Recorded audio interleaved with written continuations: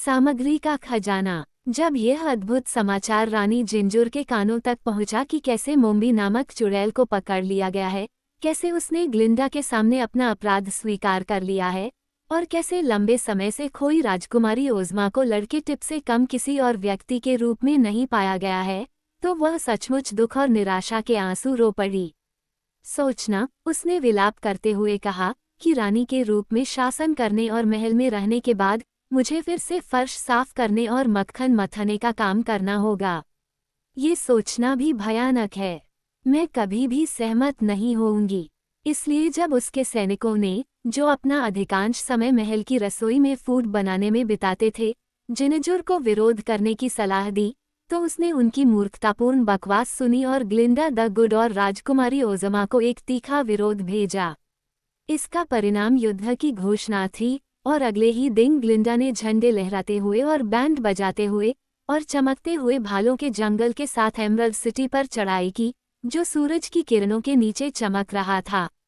लेकिन जब दीवारों की बात आई तो इस बहादुर सभा ने अचानक रुकना शुरू कर दिया, क्योंकि जिनेजुर ने हर प्रवेश द्वार को बंद कर दिया था और उस पर रोक लगा दी थी, और एमरल्ड सिटी की दीवारें हरे संगमरमर के कई ब्लॉकों से ऊंची और मोटी बनाई गई थीं। अपनी प्रगति को इस तरह से विफल पाकर ग्लिंडा ने गहरी सोच में अपनी भौहें झुका ली, जबकि वोगल बग ने अपने सबसे सकारात्मक स्वर में कहा, हमें शहर की घेराबंदी करनी होगी और उसे भूखा रखकर आत्मसमर्पण करवाना होगा। यही एकमात्र काम है जो हम कर सकते हैं। ऐसा नहीं है, बिजुका ने जवाब दिया। हमारे पास अभी भी गंप है, और गंप अभी भी उड़ सकता है। जादूगरनी इस भाषण को सुनकर जल्दी से मुड़ी, और उसके चेहरे पर अब एक चमकदार मुस्कान थी। तुम सही हो, उसने कहा, और निश्चित रूप से तुम्हारे पास अपने दिमाग पर गर्व करने का कारण है। चलो हम तुरंत गंप के पास चलें। इसलिए वे सेना की पंक्तियों से गुजरते हुए उस जगह पर पहुंचे, जो बिजुका के तंबू के पास थी, जहां गंप लेटा हुआ था। ग्लिंडा और राजकुमारी ओज़मा पहले सवार होकर सोफे पर बैठ गया।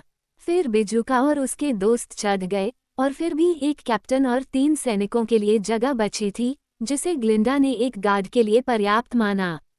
अब राजकुमारी के एक शब्द पर, जिस अजीब चीज को उन्होंने गंप कहा था, उसने अपने ताड़ के पत्तों के पंख फड़फड़ाए और हवा में उड़ गया, और साहसी लोगों के दल को दीवारों से ऊपर ले गया।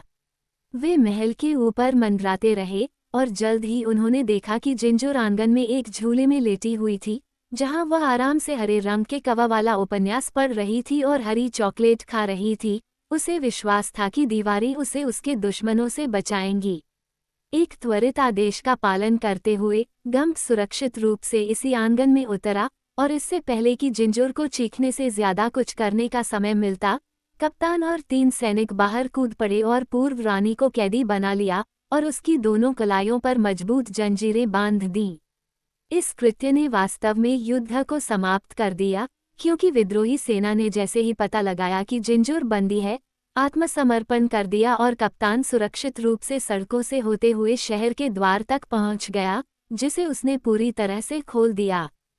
फिर बैंड ने अपना सबसे शानदार संगीत बजाया, जबकि ग्लिंडा की सेना शहर में घुसी और हेरल्ड ने साहसी जिंजुर की विजय और सुंदर राजकुमारी ओज़मा के अपने शाही पूर्वजों के सिंहासन पर बैठने की घोषणा की। पन्ना नगर के पुरुषों ने तुरंत अपने एप्रन उतार दिए, और ऐसा कहा जाता है कि महिलाएं अपने पतियों के हाथ का खाना खाकर इतनी थक गई थीं कि उन्होंने जिंजुर की विजय का जश्न खुशी से मनाया। ये निश्चित है कि सभी अपने घरों की रसोई में भागते हुए अच्छी पत्नियों ने थके हुए पुरुषों के लिए इतना स्वादिष्ट भोज तैयार किया कि हर परिवार में तुरंत सद्भाव बहाल हो गया। ओज़मा का पहला कार्य विद्रोह की सेना को बाध्य करना था कि वे सार्वजनिक सड़कों और इमारतों से चुराए गए हर पन्ने या अन्य रत्न को उसे लौटा दें, और इन घमंडी लड़कियों द्वारा अपनी सेटिंग्स से निकाले गए कीमती पत्थरों की संख्या इतनी अधिक थी कि शाही जौहरियों में से प्रत्येक ने उन्हें अपनी सेटिंग्स में बदलने के लिए 1 महीने से अधिक समय तक लगातार काम किया। इस बीच विद्रोही सेना को भंग कर दिया गया और लड़कियों को उनकी माताओं के पास भेज दिया गया।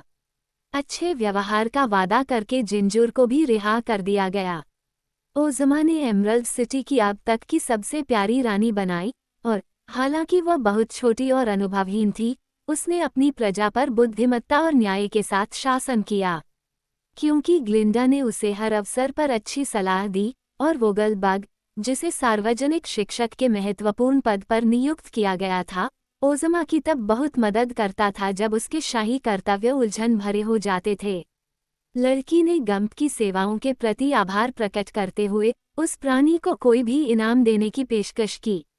तो फिर गंप ने उत्तर दिया, कृपया मुझे टुकड़े टुकड़े कर दो। मैं जीवित नहीं होना चाहता था और मैं अपने समूहबद्ध व्यक्तित्व पर बहुत शर्मिंदा हूँ। एक बार मैं जंगल का राजा था, जैसा कि मेरे सीन पूरी तरह से साबित करते हैं, लेकिन अब मेरी वर्तमान दास्ता की असंभाव्युक्त स्थिति में मैं हवा में उड़ने के लिए मजबूर हूँ। मेरे पैर मेरे किसी भी काम के नहीं हैं, इसलिए मैं तितर बितर होने की भीख मांगता हूँ। इसलिए ओज़मा ने गंप को अलग करने का आदेश दिया। सींग वाले सिर को फिर से हॉल में मेंटल पीस पर लटका दिया गया और सोफे को खोलकर रिसेप्शन पार्लर में रख दिया गया। झाड़ू की पूंछ ने रसोई में अपने सामान्य काम फिर से शुरू कर दिए और अंत में बिजुका ने सभी कपड़े की रस्सियों और रस्सियों को उन खूंटियों पर वापस रख दिया जहां से उसने उस घटनापूर्ण दिन पर उन्हें लिया था जब थिंग का निर्माण किया गया था। आप सोच सकते हैं कि यह गंप का अंत था, और ऐसा ही हुआ, एक उड़ने वाली मशीन के रूप में। लेकिन मेंटल पीस के ऊपर का मुखिया जब भी ऐसा करने का विचार करता, बात करना जारी रखता, और वह अक्सर अपने अचानक पूछे गए सवालों से उन लोगों को चौंका देता जो रानी से मुलाकात के लिए हॉल में इंतजार कर रहे थे। ओज़मा की निजी संपत्ति होने के कारण अरा घोड़े की बहुत देखभाल की जाती थी और अक्सर वह इस अजीबोगरीब प्राणी पर सवार होकर एमरल्ड सिटी की सड़कों पर घूमती थी। उसने इसके लकड़ी के पैरों में सोने के जूते लगवाए थे ताकि वे घिस न जाएं, और फुटपाथ पर इन सुनहरे जूतों की खनक हमेशा रानी के प्रजाजनों को विस्मय से भर देती थी जब वे उसकी जादुई शक्तियों के इस सबूत के बारे में सोचते थे। अद्भुत जादूगर रानी ओज़मा जितना अद्भुत कभी नहीं था, लोगों ने एक दूसरे से फुसफुसाते हुए कहा, क्योंकि उसने कई चीजें करने का दावा किया था वह ऐसा नहीं कर सके, जबकि हमारी नई रानी कई ऐसे काम करती हैं जिनकी कोई उनसे कभी अपेक्षा नहीं करता। जैक पंपकिनहेड अपने जीवन के अंतिम समय तक ओज़मा के साथ रहा और वो उतना बिगड़ा नहीं जितना उसे डर था, हालांकि वह हमेशा की तरह मूर्ख ही रहा।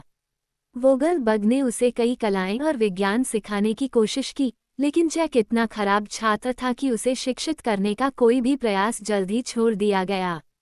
जब ग्लिंडा की सेना वापस घर लौट गई और एमरल्ड सिटी में शांति बहाल हो गई, तो टिन वुडमैन ने अपने राज्य विंकीज में वापस लौटने की मंशा की घोषणा की। यह कोई बहुत बड़ा राज्य नहीं है, उसने ओज़मा से कहा, लेकिन इसी कारण से इस पर शासन करना आसान है, और मैंने खुद को सम्राट इसलिए कहा है क्योंकि मैं एक निरंकुश सम्राट हूँ और कोई भी मेरे सार्वजनिक या व्यक्तिगत मामलों में किसी भी तरह से हस्तक्षेप नहीं करता। जब मैं घर पहुंचूंगा तो मेरे पास निकल प्लेट का एक नया कोट होगा, क्योंकि मैं हाल ही में कुछ खराब हो गया हूं और खरोंच लग गई है, और तब मुझे खुशी होगी कि तुम मुझसे मिलने आओ। धन्यवाद, ओज़मा ने कहा। किसी दिन मैं निमंत्रण स्वीकार कर सकती हूँ, लेकिन बिजुका का क्या होगा? मैं अपने दोस्त टिन वुडमैन के साथ वापस आऊंगा, भरवा ने गंभीरता से कहा।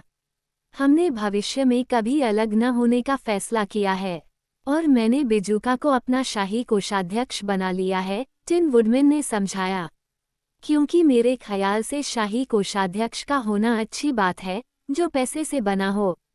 तुम क्या सोचते हो? मुझे लगता है, छोटी रानी ने मुस्कुराते हुए कहा, कि आपका दोस्त पूरी दुनिया में सबसे अमीर आदमी होगा। हाँ, बिजुका ने कहा, लेकिन मेरे पैसे की वजह से नहीं, क्योंकि मैं हर तरह से दिमाग को पैसे से कहीं बेहतर मानता हूँ। आपने देखा होगा कि अगर किसी के पास दिमाग के बिना पैसा है, तो वह इसका लाभ नहीं उठा सकता, लेकिन अगर किसी के पास पैसे के बिना दिमाग है, तो वह अपने जीवन के अंत तक आराम से रहने में सक्षम होगा। उसी समय टिन वुडमैन ने घोषणा की, आपको ये स्वीकार करना होगा कि एक अच्छा दिल एक ऐसी चीज है जिसे दिमाग नहीं बना सकता है और जिसे पैसे से नहीं खरीदा जा सकता है। शायद आखिरकार यह मैं ही हूँ जो पूरी दुनिया में सबसे अमीर आदमी हूँ। तुम दोनों अमीर हो, मेरे दोस्तों, ओज़मा ने धीरे से कहा, और तुम्हारा धन ही एकमात्र ऐसा धन है जो संतोष के धन के योग्य है। हेलो दोस्तों, गब्राल आप सभी का स्वागत करते हैं हमारी जादुई दुनिया में। आप सभी से अनुरोध है कि वीडियो को लाइक करें और चैनल को सब्सक्राइब करें और कमेंट में बुकवर्म टाइप जरूर करें।